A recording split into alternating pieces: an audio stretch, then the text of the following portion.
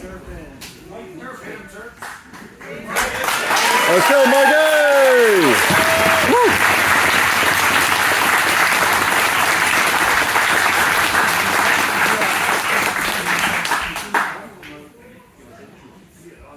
All I'm going to say is 5 years ago, Mike and I met at a tournament. His dad, Jim, told me his son was competing. I said, well, I'll go down and watch him Frederick. So I drove down there, and I'd like to think I helped him beat the guy. The guy was a black belt. You were, what, a purple belt at that time? And I gave him a few suggestions, and he listened, and he won the tournament. And then ever since then, we've been training together. And I don't know anyone in my life that trains harder than Mike, more than Mike, that's more dedicated to learning and bettering himself than Mike. So anyway, that's why I'm here today, you know, to join the rest of you to watch Mike get his black belt, which he deserves. And that's it. Got it? My turn? All right, so if most of you don't know me, first I want to thank Greg and everybody from Team Balance for allowing me to do this. So I probably trained with Mike the most over the last 10 years. My name's Kevin, if you don't know me, most of you do.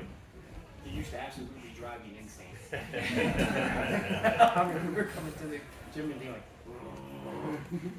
but over time, he was always down to compete, always down to train, and he grew on me, right? And I think he's changed a little bit too.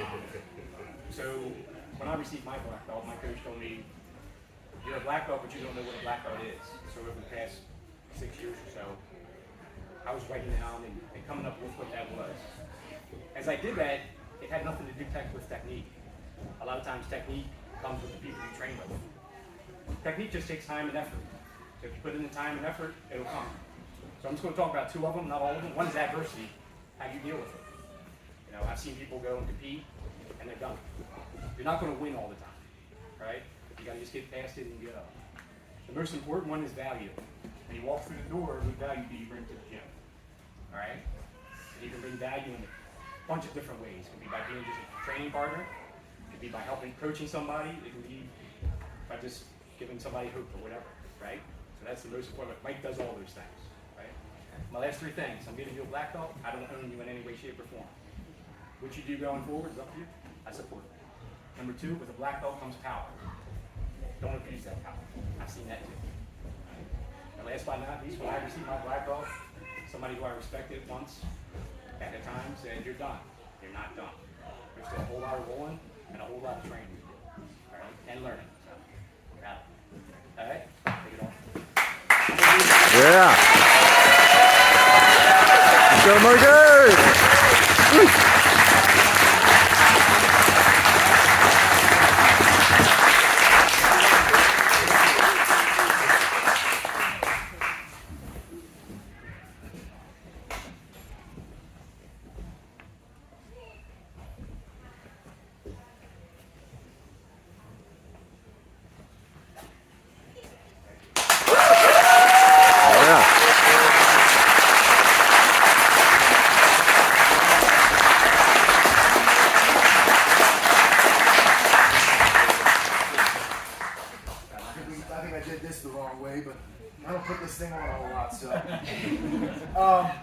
First thing I want to say, I'll try and be short and sweet. Unlike Dan, I can be a little long-winded when I'm in front of the crowd, so I'm more comfortable here than I am competing and rolling. We know how comfortable I am with that, so I don't mind talking in front of people.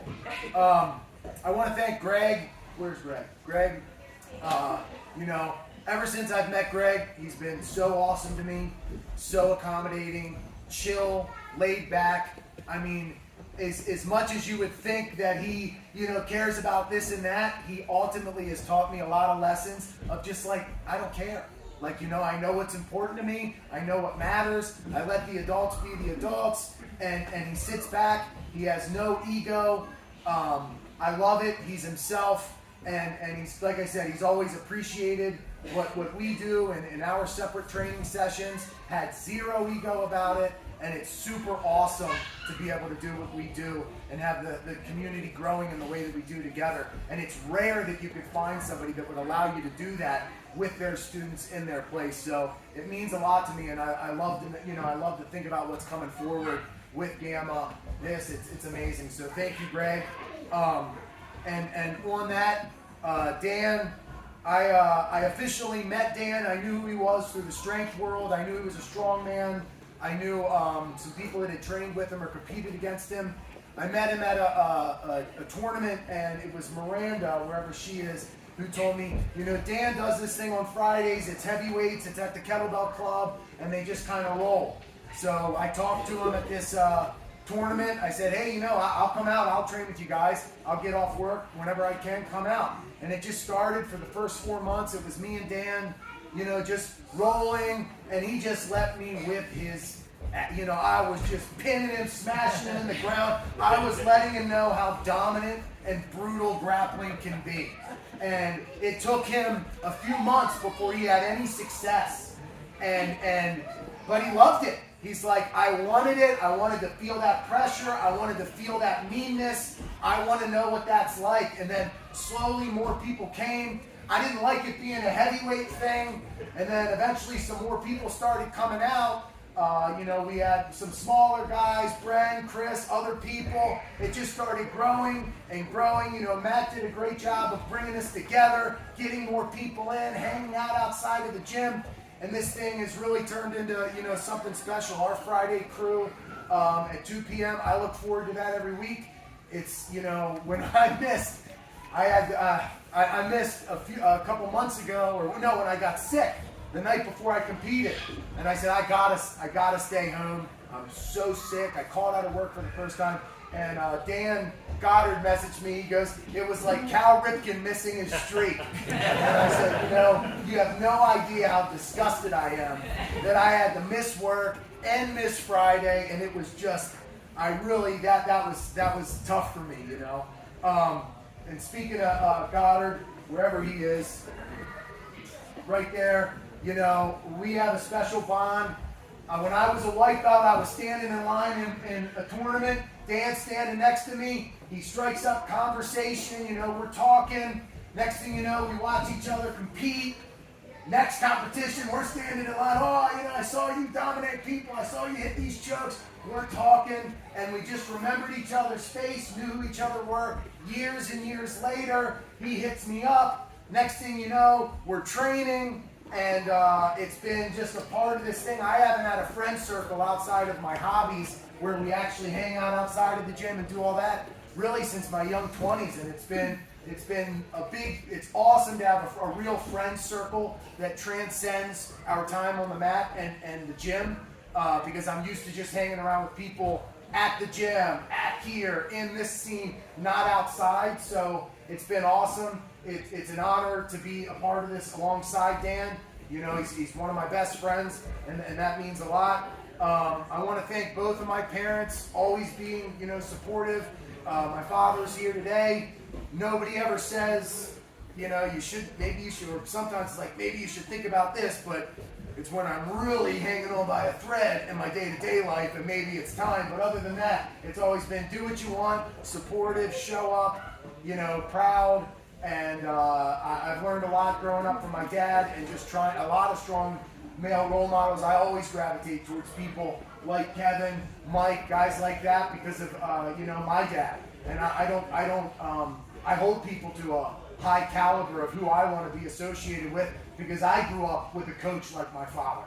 So it means a lot to me. And I definitely hold people to a high standard, and I'm proud to come from the people I have and be under the people that I have.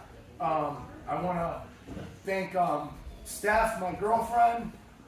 She was there at the beginning of my jiu-jitsu journey for a couple years, and then the last 2.5 years as well. Just like jiu-jitsu, sometimes jiu-jitsu will always be here. We'll come back to it, and here we are now.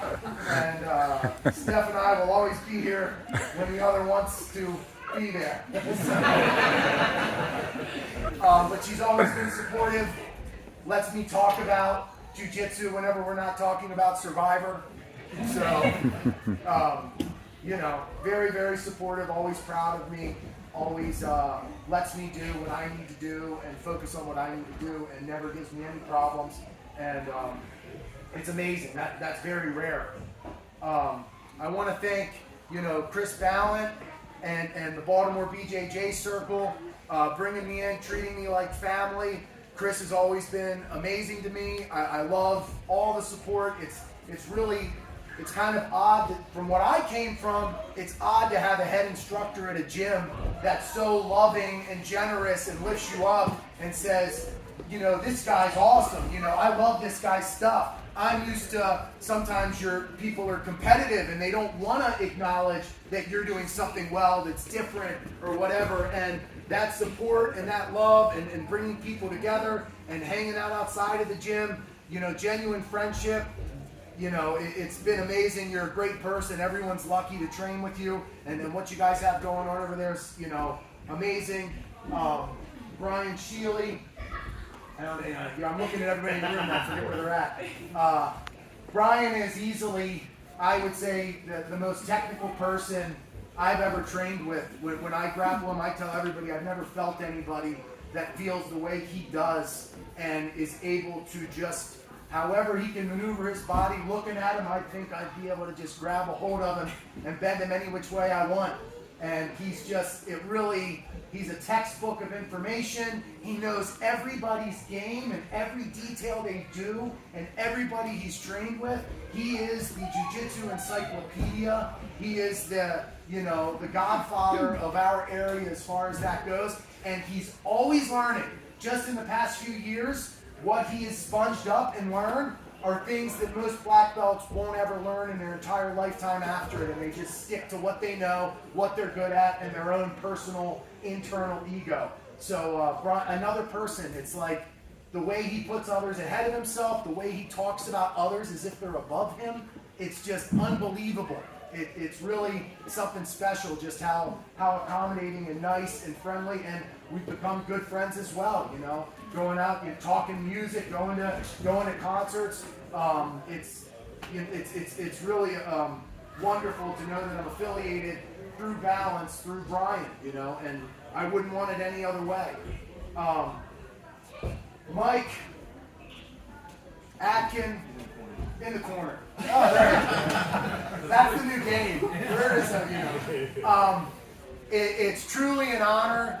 It's unbelievable that, growing up, you knew my dad, and I had heard all these stories. My dad and Mike, when I was watching fighting, they're like, we know a guy who does this submission wrestling stuff. We used to go watch him wrestle. He'd pin everybody in under a minute, this and that, wrestled college, knocked people out, and boxing, Golden Gloves champ, this and that, and I never really knew him. I just knew of him. And then, like he said, he was at a tournament, helped me out a little bit, showed me a cool trick. I won a match. We started training, and I'm like, this is the exact kind of guy I want to train with. Coming up under Kevin, this is my kind of guy. Somebody at his age doesn't make a single excuse. And I'm sorry, and it's no disrespect, but I've learned to be disgusted and triggered by easy excuses.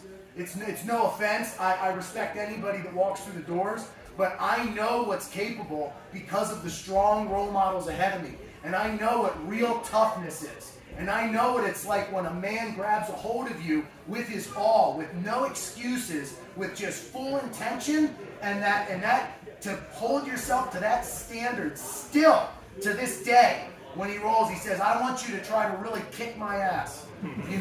When he says that, and the energy he brings, it is unmatched. Most people hang those gloves up in their 20s. Oh, football, oh, I wrestled in college, I can't do it anymore. The wrestling coach at his school was in his 20s saying he couldn't wrestle because he's all banged up. And Mike's in there pinning the heavyweights that are going on to wrestle at states that are like some of the best in the state, and Mike is the one whipping them up. And it's just countless stories I could go on. When you cornered me that time at that super fight, and I was so proud to walk in that room and say, this is who I'm with, dude. We're about to do business. And when I walk on that mat, I'm not me. I am Mike's. I channel that. When I go into competition, I channel the great people that are stronger than me tougher than me and have paved the way for me to be able to be the way that I am. You know, when I first started, I only have a couple things left. When I first started, I remember being a white belt. There were no black belts at my gym. There was a purple belt there, Tyler Hyatt. He just came back from the military. And I remember grappling and thinking, this guy's lighter than me. He's destroying me. I don't even know how. I can't even like comprehend how he's beating me the way he's beating me. To me, I thought, if I ever make it to purple belt, that's my black belt. And even then, I probably won't be the purple belt this guy is. Like, it just, to fathom it, I was the biggest MMA fan in the world.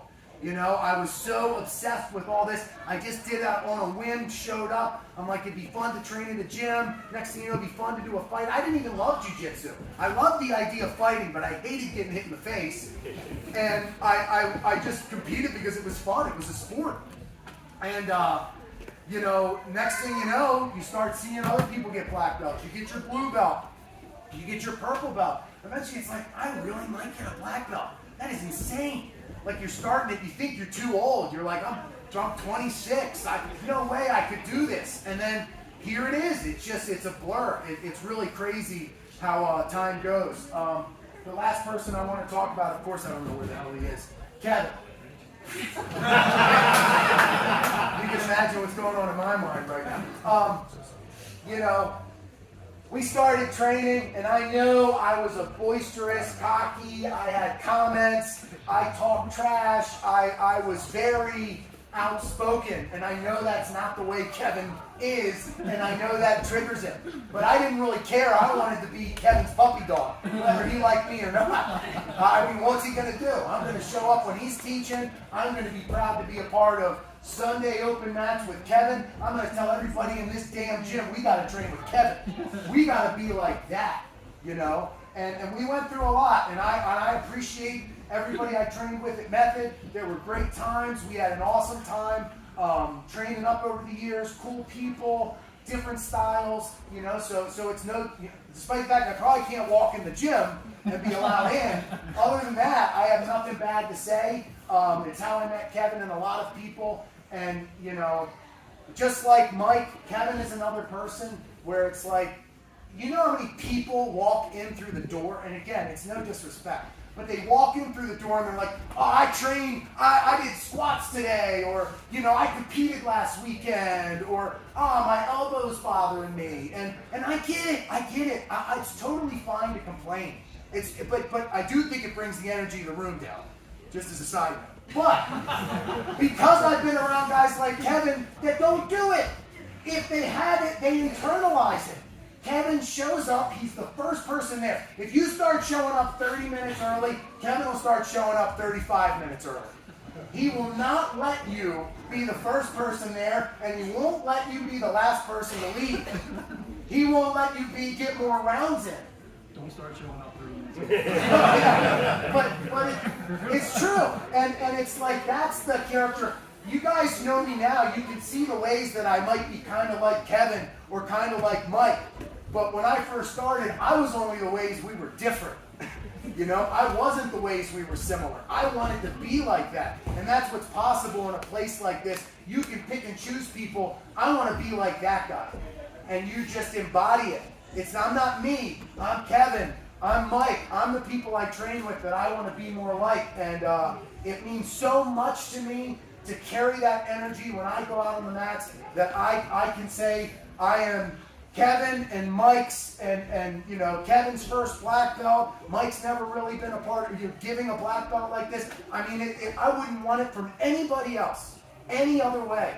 And it means so much to me. Like I told Tim one time, he brings it up. It's like, I don't care how good you are at Jiu Jitsu. If I think you're of a bad nature, or I don't agree with the way you are, I don't want anything to do with you. I don't want to learn your techniques. I don't want to be your student. I don't want to train at your school.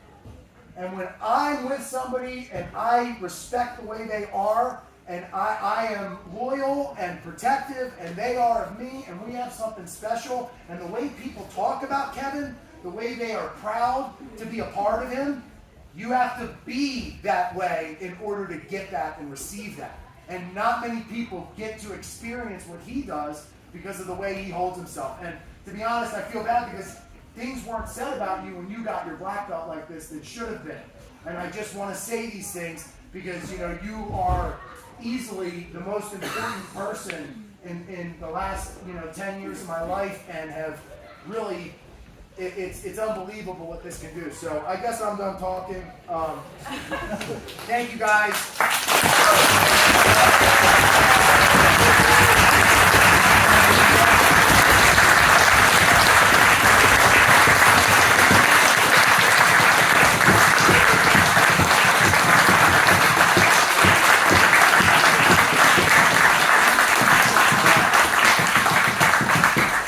I'm going to attempt to do a group photo now.